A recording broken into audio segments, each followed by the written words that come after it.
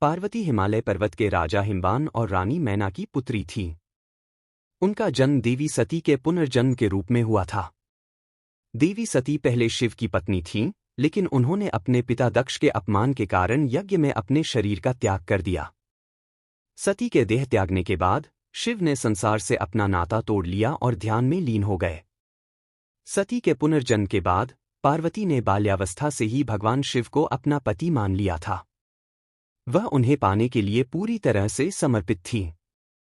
बड़े होने के बाद उन्होंने कठोर तपस्या करने का निर्णय लिया ताकि भगवान शिव का हृदय जीत सके। उनका तप इतना कठोर था कि वे सिर्फ पत्तों पर निर्भर रहने लगीं और फिर उन्होंने पत्ते खाना भी छोड़ दिया। इस कारण उनका नाम अपर्णा भी पड़ा। देवताओं का अनुरोध और शिव की परीक्षा। पार्वती की तपस्या को देखकर सभी देवता चकित थे। देवताओं को ज्ञात था कि केवल शिव ही संसार को त्रासदी से बचा सकते हैं, लेकिन वह ध्यान में लीन थे। पार्वती के प्रेम और समर्पण को देखकर देवताओं ने भगवान शिव से अनुरोध किया कि वे उनके तप को स्वीकार करें। भगवान शिव पार्वती की भक्ति और प्रेम की परीक्षा लेना चाहते थे, इसलिए वे एक साधारण ब्राह्मण के रूप में उनके सामने प्रकट हुए। उन्होंने पार्वती से कहा, तुम इतनी कठिन तपस्या क्यों कर रही हो? शिव का ध्यान छोड़ो। वे सिर्फ एक तपस्वी हैं। उनके पास कोई धन दौलत नहीं है और वे हमेशा श्मशान में रहते हैं। पार्वती ने इस पर उत्तर दिया, आप शिव को नहीं समझते। वह सभी सुख संपत्ति के मालिक हैं और उनका त्याग ही उनका सौंदर्य है। मैं केवल उन्हें ही अपना पति मानती हूं। कामदेव का प्रयास और उसका परिणाम। जब भगवान शिव को जगाने के सारे प्रयास विफल हो गए, तब देवताओं ने कामदेव से सहायता मांगी। कामदेव ने पार्वती की तपस्या के समय शिव के पास जाकर अपने पुष्पबाण चलाए ताकि शिव पार्वती की ओर आकर्षित हो जाएं। लेकिन शिव का ध्यान टूटते ही उन्होंने अपनी तीसरी आंख खोली और कामदेव को भस्म कर दिया। हालांकि इस घटना के बाद पार्वती का प्रेम और भी दृढ़ हो गया और उन्होंने अपनी तपस्या जारी रखी। भगवान शिव का प्रेम और विवाह प्रस्ताव। पार्वती की अडिग भक्ति को देखकर शिव को अंततः समझ में आया कि यह वही सती हैं जिन्होंने पूर्व जन्म में उनसे विवाह किया था और जो अब पार्वती के रूप में अवतरित हुई हैं। उन्होंने अपने तप का त्याग किया और पार्वती के सामने प्रकट होकर विवाह प्रस्ताव दिया। पार्वती ने खुशी खुशी इस प्रस्ताव को स्वीकार किया। विवाह का आयोजन। महादेव और पार्वती के विवाह का आयोजन बड़े धूमधाम से हुआ। उनके विवाह को हिंदू धर्म में प्रेम और समर्पण के प्रतीक के रूप में देखा जाता है।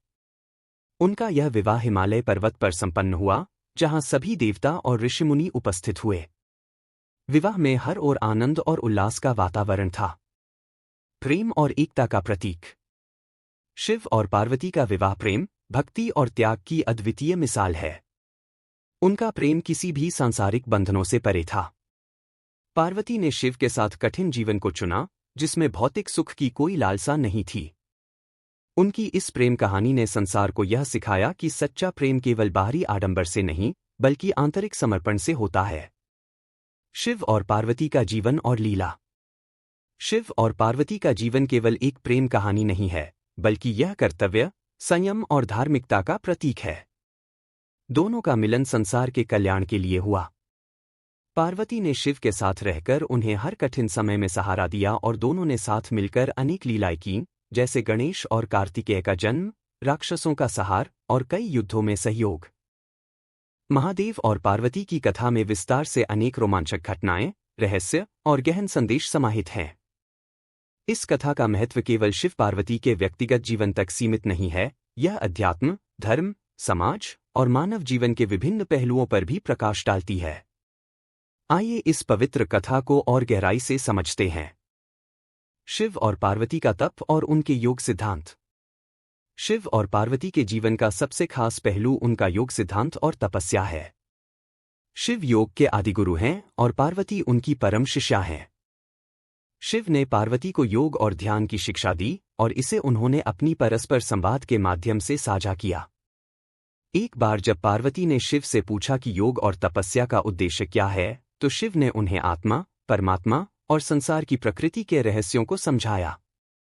उन्होंने बताया कि योग का उद्देश्य आत्मा और परमात्मा का मिलन है। शिव ने पार्वती को बताया कि साधना के 4 प्रमुख मार्ग होते हैं, भक्ति योग, ज्ञान योग, कर्म योग और राजयोग। हर मार्ग में उनकी शिक्षा गहराई से समझाई गई। पार्वती ने भी इस मार्ग पर चलकर साधना के अलग अलग स्तरों को प्राप्त किया। उन्होंने शिव के मार्गदर्शन में अनेकों साधनाएं की, जिनमें श्री विद्या साधना और कुंडलिनी जागरण प्रमुख है। शिव और पार्वती का विवाहित जीवन में कठिनाइयां। विवाहित जीवन में कठिनाइयां होना स्वाभाविक है, चाहे वह देवता ही क्यों न हो। एक बार शिव और पार्वती के बीच कई असहमति उत्पन्न हो गई। शिव का तपस्वी जीवन पार्वती को कई बार कठिनाई में डाल देता था। पार्वती की इच्छा थी कि शिव परिवार और समाज का हिस्सा बने, जबकि शिव का स्वभाव एकांत में रहने का था। एक प्रसंग में जब पार्वती ने शिव से आग्रह किया कि वह उन्हें सामाजिक उत्सवों में ले जाएं, शिव ने स्पष्ट रूप से मना कर दिया, यह कहते हुए कि उनका स्थान श्मशान में ही है। इससे पार्वती को गहरा आघात लगा, लेकिन उन्होंने धैर्य के साथ इस परिस्थिति का सामना किया और शिव को समझने का प्रयास किया। धीरे धीरे शिव भी यह समझ गए कि पार्वती ने उनके जीवन में जो संतुलन लाया है, वही उनके योग और ध्यान को और भी प्रबल बनाता है। अंधकासुर की कथा और पार्वती का साहस। अंधकासुर का जन्म एक दैत्य के रूप में हुआ था। वह अपनी ताकत का गलत इस्तेमाल करके देवताओं को चुनौती देता था और धरती पर आतंक मचाता था। एक दिन उसने पार्वती को देखा और उन्हें पाने की इच्छा व्यक्त की। उसने अपने दूतों को भेजकर पार्वती को संदेश भेजा कि वे उसकी पत्नी बने। पार्वती ने अंधकासुर के प्रस्ताव को अस्वीकार कर दिया और उसे उसके पापों का फल भोगने के लिए तैयार रहने को कहा। अंधकासुर ने क्रोधित होकर कैलाश पर हमला कर दिया। उस समय शिव ध्यान में लीन थे। पार्वती ने अपनी शक्ति का प्रयोग करके अंधकासुर का सामना किया। जब अंधकासुर ने शिव से सामना किया, तब शिव ने उसे मारने के लिए त्रिशूल का प्रयोग किया और उसे समाप्त कर दिया। इस प्रकार शिव और पार्वती की जोड़ी ने अंधकासुर का अंत करके संसार को संकट से मुक्त किया। शक्ति और शिव का अद्वितीय समर्पण। शिव और पार्वती का संबंध केवल एक पति पत्नी का नहीं था, यह शक्ति और शिव का अद्वितीय मिलन था। एक बार पार्वती ने शिव से अनुरोध किया कि वे संसार को यह बताएं कि कैसे उनकी उपासना की जा सकती है। शिव ने पार्वती की इस इच्छा को मानते हुए उन्हें विभिन्न तांत्रिक विधियों का ज्ञान दिया। उन्होंने कहा कि केवल शक्ति ही उनकी ऊर्जा का संचार करती है और वे दोनों मिलकर ही एक संपूर्ण देवता के रूप में पूजे जा सकते हैं। पार्वती को आदिशक्ति का दर्जा मिला और उन्होंने शिव के साथ मिलकर संसार को अनेक ज्ञान दिए। पार्वती का यह समर्पण और शक्ति का संचार शिव के तप और उनके कठोर जीवन को एक नया आयाम प्रदान करता है। शिव और शक्ति का यह मिलन संसार में संतुलन बनाए रखने के लिए महत्वपूर्ण था। शिव और पार्वती का कामधेनु प्रसंग। कामधेनु एक दिव्य गाय थी जो सभी इच्छाओं को पूरा कर सकती थी। एक दिन कैलाश पर शिव और पार्वती के बीच एक छोटी सी असहमति हो गई। कामधेनु ने इस बात को देखा और दोनों के बीच सुलह कराने के लिए उनके पास गई। उसने दोनों को एकता और प्रेम का पाठ पढ़ाया। इस घटना के बाद शिव और पार्वती ने कभी भी एक दूसरे के प्रति कोई असहमति नहीं दिखाई। कामधेनु की यह शिक्षा उनके लिए अत्यंत मूल्यवान साबित हुई और उनका प्रेम और भी गहरा हो गया। शिव और पार्वती की अमर प्रेम की कथा। एक बार शिव और पार्वती कैलाश पर्वत पर बैठे थे और पार्वती ने शिव से अमरत्व का रहस्य जानने की इच्छा व्यक्त की। शिव ने पार्वती को समझाया कि अमरत्व का रहस्य केवल आध्यात्मिक ज्ञान और भक्ति में है। शिव ने उन्हें अमरनाथ गुफा में ले जाकर अमरत्व का रहस्य बताया। इस कथा के अनुसार जब वे अमरनाथ गुफा में थे तो शिव ने पार्वती को अमर कथा सुनाई। पार्वती ने इसे ध्यान से सुना और यह समझ गईं कि उनका प्रेम और समर्पण ही उन्हें अमर बनाता है। कैलाश पर्वत पर शिव पार्वती की स्थायी विरासत। कैलाश पर्वत को शिव और पार्वती के निवास स्थान के रूप में देखा जाता है। यह पर्वत उनके पवित्र प्रेम और संपूर्णता का प्रतीक है। कैलाश पर्वत पर उनके निवास को उनके प्रेम का साक्षात्कार करने का स्थान माना जाता है। आज भी कैलाश पर्वत के प्रति श्रद्धा और भक्ति के कारण वहां तीर्थ यात्रा की जाती है। इस पर्वत पर अनेक श्रद्धालु उनकी उपासना करते हैं और उनके आशीर्वाद की प्राप्ति करते हैं। कैलाश पर उनके निवास को देखने के लिए लाखों श्रद्धालु आते हैं और यह स्थान शिव पार्वती के प्रेम का एक चिरस्थायी प्रतीक बन गया है। यह प्रेम और भक्ति की भावना को जीवित रखने का स्थान है, जहां लोग आकर शिव पार्वती के प्रेम और त्याग से प्रेरित होते हैं। शिव और पार्वती का सृष्टि में योगदान। शिव और पार्वती का सृष्टि में योगदान अत्यंत महत्वपूर्ण है। दोनों ने अपने मिलन से शक्ति का संचार किया और सृष्टि को संतुलन में बनाए रखा। शिव का नटराज रूप सृष्टि के नृत्य का प्रतीक है, जबकि पार्वती का मातृ रूप संसार की पालनकर्ता शक्ति का प्रतीक है। शिव और पार्वती ने अनेक बार संसार को संकटों से मुक्त किया। उनके संतान गणेश और कार्तिकेय ने भी संसार में शांति और धर्म की स्थापना के लिए अनेक कार्य किए। इस प्रकार शिव पार्वती के प्रेम ने सृष्टि को नई दिशा और ऊर्जा प्रदान की। महादेव और पार्वती की कथा का यह विस्तार यह बताता है कि उनका प्रेम केवल एक पौराणिक कथा नहीं है, यह एक शिक्षाप्रद यात्रा है जो हमें प्रेम, त्याग, समर्पण और संतुलन के महत्व को समझने की प्रेरणा देती है। यह कथा आध्यात्मिकता, तपस्या और धार्मिकता का प्रतीक है जो अनंत काल तक प्रासंगिक रहेगी। इस कथा को आगे भी विभिन्न आयामों में देखा जा सकता है, जिसमें शिव और पार्वती के अलग अलग रूप, उनके अन्य संतान और उनके जीवन के विभिन्न पहलुओं का वर्णन किया जा सकता है। विवाह के बाद शिव और पार्वती का जीवन। विवाह के पश्चात शिव और पार्वती का जीवन न केवल प्रेम में था, बल्कि उसमें अनेक लीलाएं और संघर्ष भी शामिल थे। शिव का जीवन योगी की तरह था, जहां भौतिक सुखों का कोई महत्व नहीं था, लेकिन पार्वती ने उन्हें गृहस्थ जीवन में ले जाने का प्रयास किया।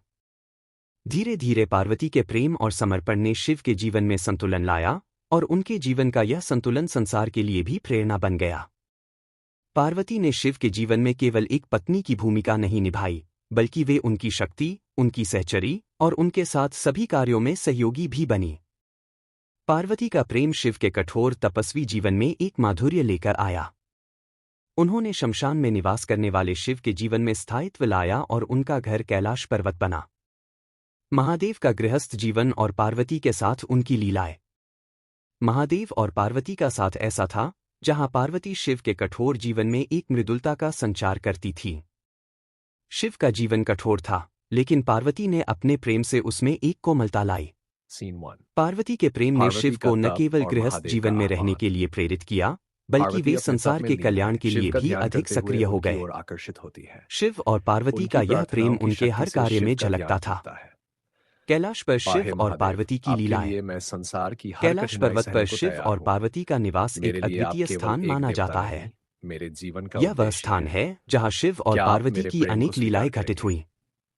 पार्वती ने शिव के साथ अनेक धार्मिक और सांस्कृतिक कार्य किए।